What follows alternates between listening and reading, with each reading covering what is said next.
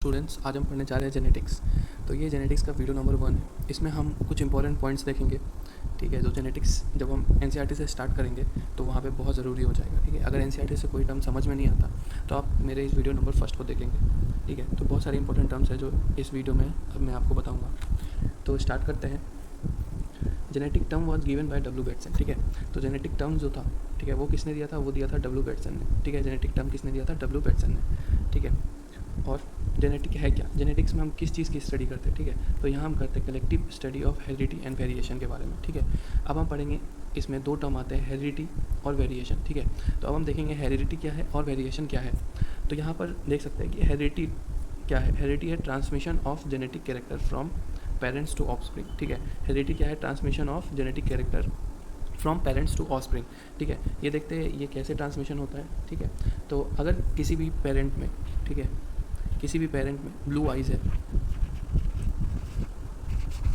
ठीक है, किसी भी पेरेंट में ब्लू आइज़ है, ये कैरेक्टर है। ठीक है, और ये अगर ऑफस्प्रिंग में ट्रांसफ़र हो जाता है, ठीक है, ये अगर ऑफस्प्रिंग में ट्रांसफ़र हो जाता है तो ये जो कैरेक्टर है ये हेरिडिटी कैरेक्टर हो जाएगा। ठीक है, ये क्या हो जाएगा? हेरिडिटी कैरेक्टर हो जाएगा। ठीक है, तो जब कोई कैरेक्टर पेरेंट से, ठीक है ना, फ्रॉम पेरेंट से ऑफस्प्रिंग में ट्रांसफ़र होता है तो उसे हम हेरिडिटी बोलते हैं। उसे हम क्या बोलते हैं? हेरिडिटी बोलते हैं। ठीक है, अब हम पढ़ते हैं वेरिएशन क्या है। तो variation, individual of same species have some differences, these are called variation. ठीक है, तो हम देखते हैं कि अगर आप भी अपने आसपास के जितने भी लोगों को देखेंगे तो उसमें बहुत सारे वेरिएशन आएंगे। ठीक है, वेरिएशन किस किस में आएंगे? जैसे स्किन कलर में वेरिएशन, आई कलर में वेरिएशन, हेयर कलर में variation, nail shape of the nail में वेरिएशन। ठीक है, तो हर चीज़ में वेरिएशन आ रहा है। तो वेरिएशन क्या है? वो डिग्री है, कैरेक्टर जिसमें वेरी करता है वो डिग्री है वेरिएशन। ठीक है ना। फिर हम देखेंगे कि इनहेरिटेंस क्या है। इनहेरिटेंस है process by which characters are passed from parents to progeny. ठीक है, तो ये एनसीईआरटी में भी दिया है ये लाइन। ठीक है, तो ये क्या है? एक प्रोसेस है। ठीक है, जैसे हेरिडिटी क्या है? हेरिडिटी है ट्रांसमिशन ऑफ जेनेटिक कैरेक्टर्स, और उस जेनेटिक कैरेक्टर को जो ट्रांसफ़र करने के लिए जो प्रोसेस होता है वो होता है इनहेरिटेंस। ठीक है, उसको क्या कहते हैं हम लोग? इनहेरिटेंस। तो इनहेरिटेंस क्या है? Process by which characters are passed from parents to offspring, यानी पेरेंट्स से ऑफस्प्रिंग में जो भी कैरेक्टर ट्रांसफ़र हो रहे हैं उस प्रोसेस को हम बोलेंगे इनहेरिटेंस। ठीक है, आगे देखते हैं। तो फादर, ये बहुत इंपॉर्टेंट पॉइंट है, ये सारे जितने भी अभी हैं। फादर ऑफ जेनेटिक ये है जीजे मेंटल। ठीक है, ग्रीगर जॉन मेंटल। फिर उसके बाद फादर ऑफ मॉडर्न जेनेटिक जो है ये है W Bateson. Father of experimental genetics है ये है TH. Morgan, Thomas Hunt Morgan. ठीक है, तो इन्होंने क्या क्या दिया था? इन्होंने एक्सपेरिमेंट किया था ड्रोसोफिला पर। ठीक है, और कॉन्सेप्ट दिया था लिंकेज के बारे में, सेक्स लिंक के बारे में, क्रॉसिंग ओवर के बारे में। ठीक है, किन्होंने दिया था? टी.एच. मॉर्गन ने। ठीक है, फादर ऑफ जेनेटिक्स है G J Mendel, father of modern genetics W Bateson, father of experimental genetics T H. Morgan, और फादर ऑफ ह्यूमन जेनेटिक्स, ठीक है, ह्यूमन के जेनेटिक्स के फादर हैं ए. गैरोल्ड।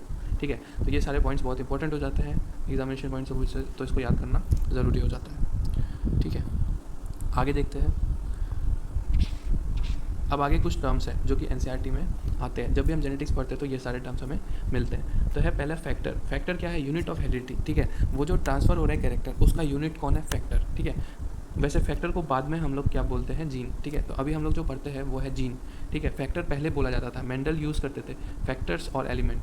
ठीक है, जीन को डिनोट करने के लिए वो यूज़ करते थे फैक्टर्स। ठीक है, बट हम अभी फैक्टर्स नहीं पढ़ते, हम अभी पढ़ते जीन। ठीक है, जो कि रिस्पॉन्सिबल होते हैं इनहेरिटेंस और अपीयरेंस ऑफ कैरेक्टर्स के। ठीक है, कोई भी चीज़ अगर कोई भी प्रोसेस अगर हो रहा है जीन के ट्रांसफ़र में, कैरेक्टर्स के अपीयरेंस ऑफ कैरेक्टर्स में, तो उसके लिए रिस्पॉन्सिबल कौन है? जीन। ठीक है, उसके लिए रिस्पॉन्सिबल कौन है? Gene. Dominant factor is by capital letter and recessive factor is by small letter. देखो, अगर फैक्टर की स्टडी हम किसी भी ऑर्गेनिज्म में करते हैं, ठीक है, तो वो उसमें लिखा नहीं होता। ठीक है, लेटर से हम डिनोट करते हैं अपने कन्वीनियंस के लिए। ठीक है ना, ताकि पढ़ने में ईजी हो। ठीक है, तो लेटर्स को असाइन किया गया है जीन के स्टडी के लिए। तो यहाँ पर हम देखते हैं, अगर हम डोमिनेंट कैरेक्टर के बारे में बात कर रहे हैं, ठीक है, तो हम कैपिटल लेटर का यूज़ करेंगे। ठीक है ना, और अगर हम रेसेसिव कैरेक्टर के बारे में बात कर रहे हैं तो हम स्मॉल लेटर का यूज़ करेंगे। जैसे कि एज फॉर एग्जांपल, अगर हम टॉलनेस के बारे में बात करते हैं, ठीक है, टॉलनेस, ठीक है, अगर हम टॉलनेस के बारे में बात करते हैं तो इसमें हमारा 2 आ जाता है। ठीक है, एक कैपिटल टी, इसके बारे में भी आगे पढ़ेंगे, एक कैपिटल टी, कैपिटल टी। ठीक है, तो ये जो कैपिटल टी है ये डोमिनेंसी को डिनोट कर रहा है। ठीक है, तो अगर ऐसा कोई जीन अगर किसी में होता है तो ये जो है ये टॉल होगा। ठीक है, अगर इसका ही अलील के बारे में आगे बात करेंगे, इसका ही अलील अगर स्मॉल टी है तो ये जो है ये रेसेसिव कैरेक्टर। ठीक है, तो ये हो जाएगा डॉर्फ। ठीक है, सॉरी,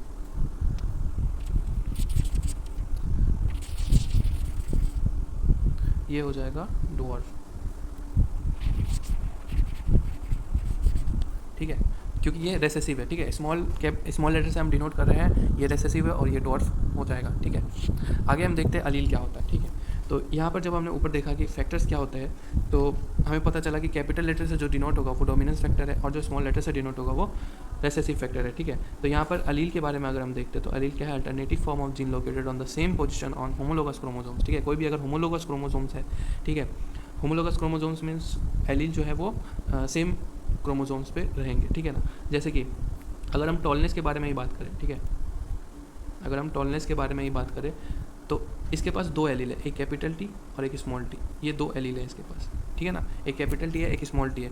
जो ये है ये रेसेसिव है, ठीक है, और ये जो है ये डोमिनेंट है, ठीक है, ये क्या है, डोमिनेंट, ठीक है ना। ये रेसेसिव है और ये डोमिनेंट कैरेक्टर शो करता है, ठीक है। तो अगर होमोजाइगस डोमिनेंट है तो ये जो है ये टॉल हो जाएगा, ठीक है। अगर होमोजाइगस रेसेसिव है तो ये जो है ये डॉर्फ हो जाएगा, ठीक है। तो ये जो पार्ट है ये कैपिटल टी और स्मॉल टी ये डिनोट करता है एलील को, ठीक है ना। किसी भी जीन में एलील को डिनोट करता है कैपिटल टी और स्मॉल टी, ठीक है।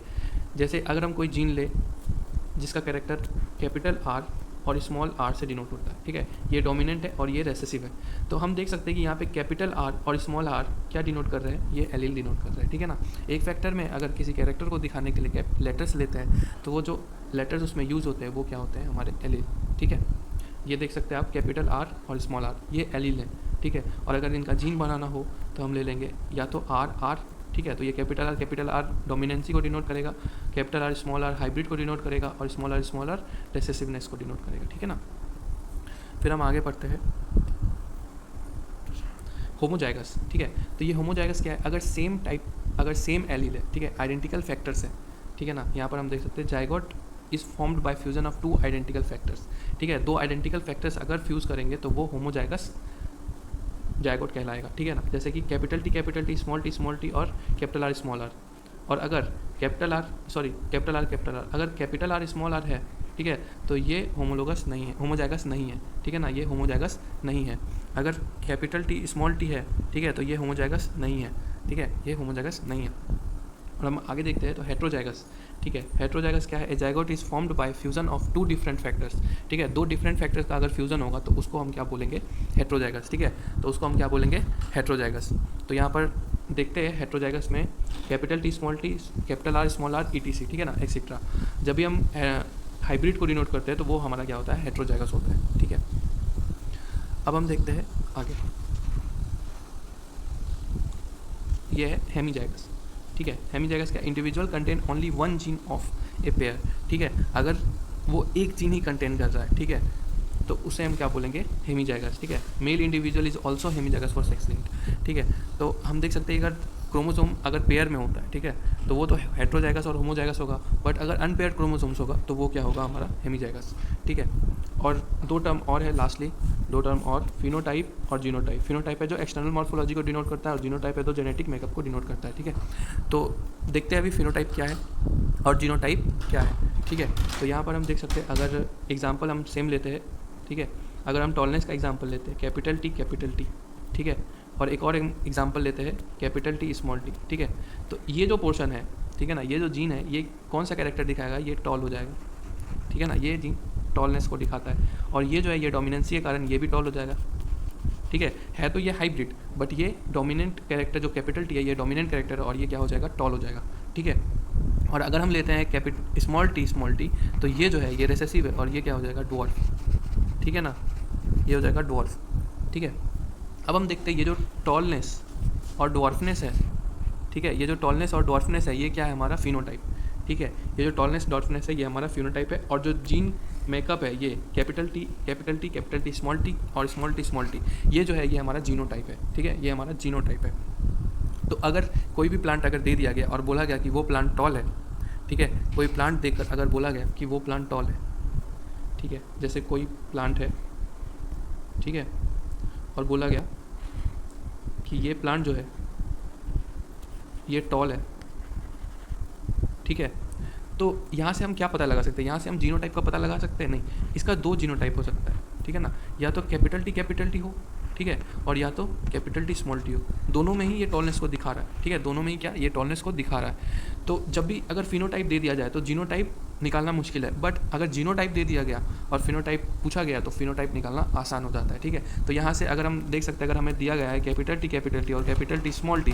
ठीक है, तो हम देख सकते हैं कि दोनों का जो फिनोटाइप होगा वो क्या होगा, वो टॉल होगा, ठीक है, दोनों का फिनोटाइप क्या होगा, वो होगा टॉल होगा, ठीक है। तो इसके आगे वाले वीडियो में हम एनसीईआरटी को एक्सप्लेन करेंगे, ठीक है।